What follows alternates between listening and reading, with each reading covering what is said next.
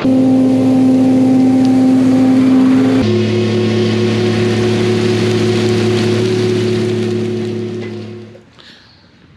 guys, welcome back. Well, we survived our first day of cutting. We had one little breakdown, not a big deal. I got some parts coming for that, so try to take care of that this morning, get that machine going, but not a big deal. Means to be expected on the first day. So just came by the shop to get a few things, but figured I'd show you guys kind of what's going on in here still. We still got the trailer project you guys have seen the past couple videos. Kind of cleaning it up, roughing it up a little bit, getting ready to paint. We got the wood there for the floor, so I think today the guys are going to try to get it cut and get it fitted, you know, and all the holes drilled and everything. That way after paint, you know, we can just slap it in there real easy. And then we got a service trailer. This is actually the first service trailer that I built, and it's been, you know, modified to adapt to what we need over the years, but we're going to change it again. So we're going to take the compressor, put it in the back, put the reels in the back. I think it'll just be a little more user friendly with the reels in the back rather than on one side, because with the reels in the back you can pull up, you know, wherever, you know. It's not like you have to, you know, pull up with the reels on the left. You're kind of like, okay, I got to pull up to the left of the left, or be to the right of the machine or whatever. It's just easier with the reels in the back. You know, it doesn't matter which side you pull up on. There in the back, they're in the middle. It's going to work good. Plus, the trailer's a little heavy in the front, just because of the def tote and the compressor. So this trailer used to end right here where this line is. And then I added this section a couple years ago because this used to be the service trailer we had for the shakers, and it worked really well. Before the def tote was here, we had a I started with 100, then a 200 gallon tank of water for the water silicone system. Worked fine, worked great. But we added the def tote just because, you know, some of the newer things we have use def. I think everything uses def now. It's a pain in the butt to deal with, but you have to. So I put the tote there, and then the idea was, well, let's extend the trailer and we'll put the tank back here. So that's what we did. It worked okay. It would have been better if the tank was round, but it was more like a, I don't know, square plastic tank. So kind of my oversight. The actual slosh in the water would cause the trailer to do this down the road. So rather than kind of rearrange things, we needed another service trailer anyway, so we built one last year. If you guys go to my Instagram page, you can, you know, look for the post for that. That trailer is really cool. It's a 500 gallon tank for diesel, and then a 200 gallon stainless steel tank in the front of that, and it works really well and it looks really good. So this trailer has now become the trailer for the sweeper crew. But yeah, this is what we got going on. We're just going to take some stuff from the front, put it to the back, kind of utilize this space back here. Doing that will allow us to put you know, a trailer toolbox up front like we've been needing. Probably going to move the battery around. Don't really like that. The controller for the solar panel is fried, but can't really complain about that. I built this trailer in 2016. Yeah, so the panels, the controller and stuff has held up great. They've worked really well. We've got that from a battery shop. I used to buy them, you know, from this battery shop all the time, this specific model and brand, but of course they discontinued it. So thank you, Amazon. I found another one that is pretty much identical. Controller's a little bit different, but works really well at maintaining the battery, because you know, everything on here is electric. The fuel pump's electric, the def pump is electric, plus we need a battery to start the compressor. But we have it wired up, you know, where it'll charge with the panel, but also too, we have it wired up into the plug for the truck. It's hooked up to the hot post, so when you're hooked up going down the road, your pickup is, you know, giving the battery a little charge, which helps a lot. So yeah, that's what we got going on. We survived our first day of cutting, one little breakdown, but one of my guys is bringing me some parts that he picked up on his way to work, and then I gotta go get a few more parts. I kind of got all the parts I need between 2 dealers to make it work. So yeah, we're going to go out to the field and we're going to get that thing fixed. So let's go.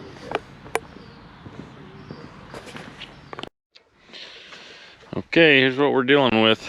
So that should look like that.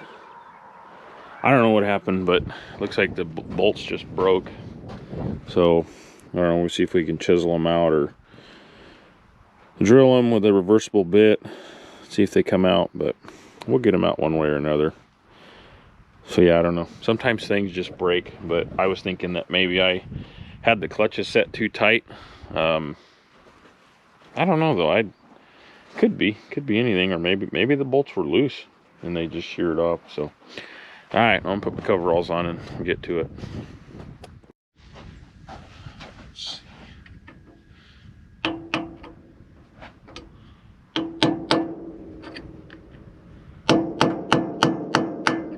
It's moving. I was cleaning my truck out the other day, like gonna get, you know, organized, you know, with the baler parts and stuff that I carry, and well, I had a new punch and chisel set in a roll that I forgot I had. So that was a nice find.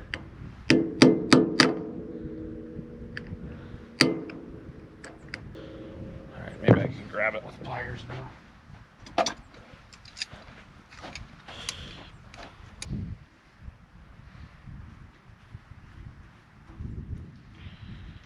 Well, there's one.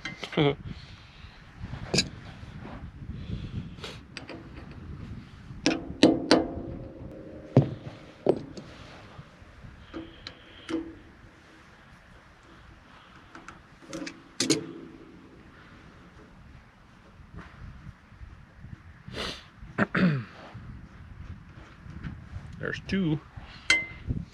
One more. I'm gonna try a bit.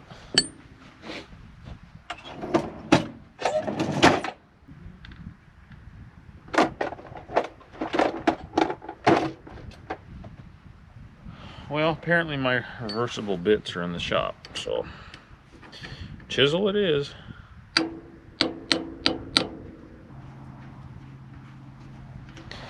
All right, there's the last one. So got them out. This plate's bent. I'm gonna take these 2 bolts off and see if I can pound on it or something, straighten it out.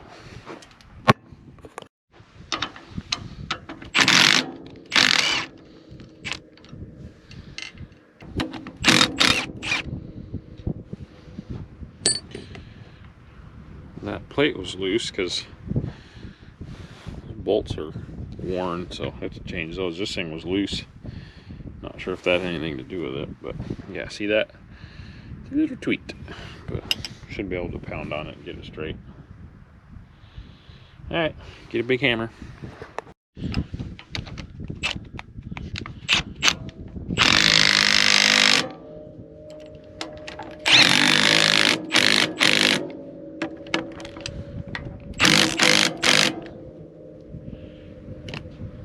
All right, well, it's not perfect, but it's better than it was, so that's good, right? All right, now I gotta go get all the parts we got. I'm gonna lay them out on here first. I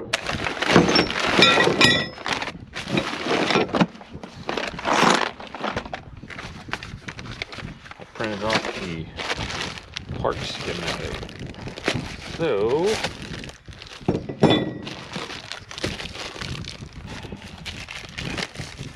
Agco has a really good oh, check that out. And they cut this out at the factory. They left that little thing in there, didn't come out, but check that out. Look at that precise cut. How small that is. That's pretty awesome.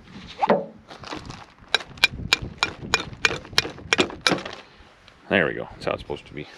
But anyway, Agco is good.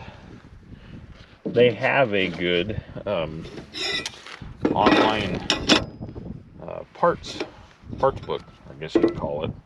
I've used it quite a few times. We have, you know, our own parts book, but it's convenient. you know, when you have your tablet or laptop or whatever with you.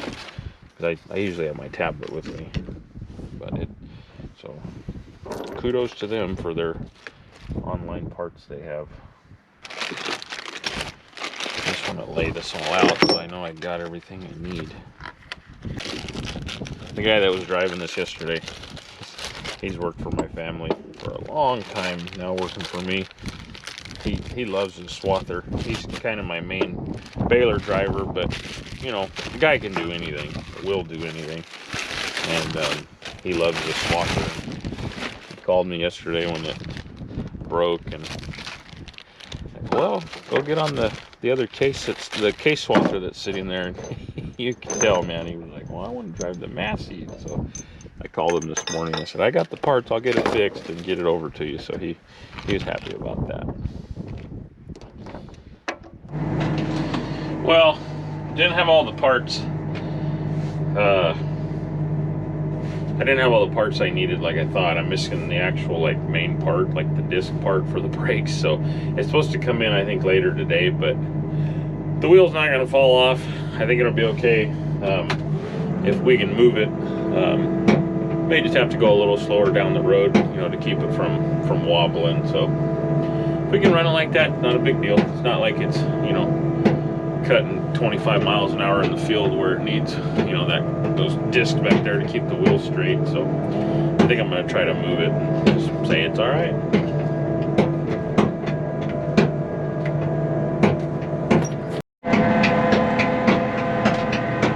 Yeah, the swather drives fine without it. I was worried the wheel was going to wobble, but it's not. I'm going a little bit slower. I'm not, you know, going full speed in road gear, but other than that annoying noise that I don't know what it is, everything's fine.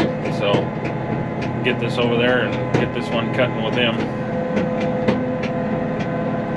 Yeah, don't worry, nothing that is missing off of that back wheel is gonna make that tire fall off. The snap ring and everything that holds that I don't know what you'd call it, spindle on, is still there. So the wheel's not gonna fall off, but that would make for an exciting video.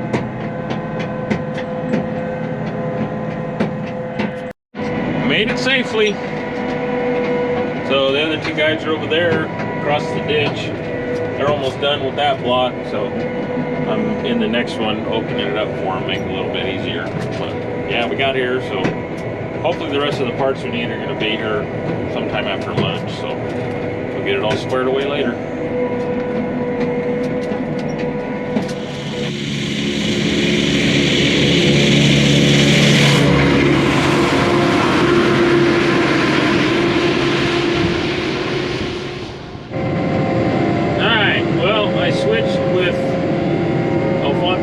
I gave him the Massey back, but that was earlier this morning. And then I went back to the shop and they finished up the field that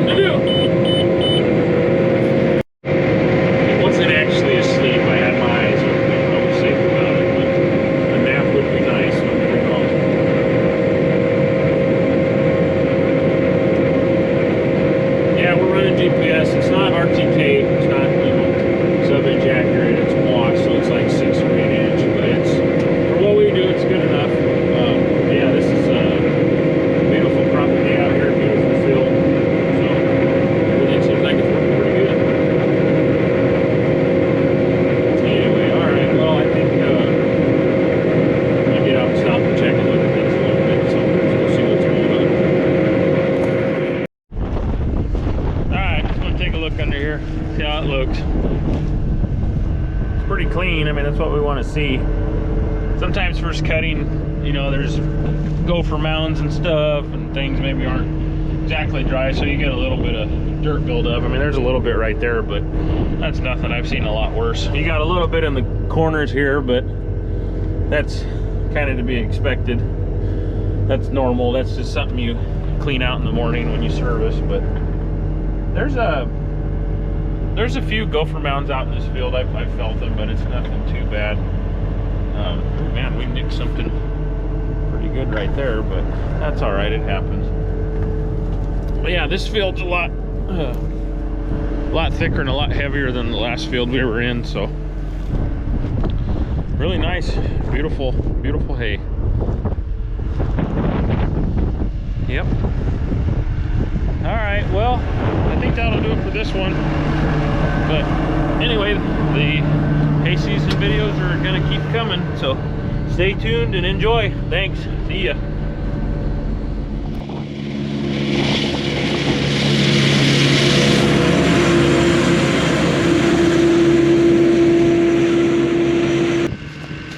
I hope that was a cool shot.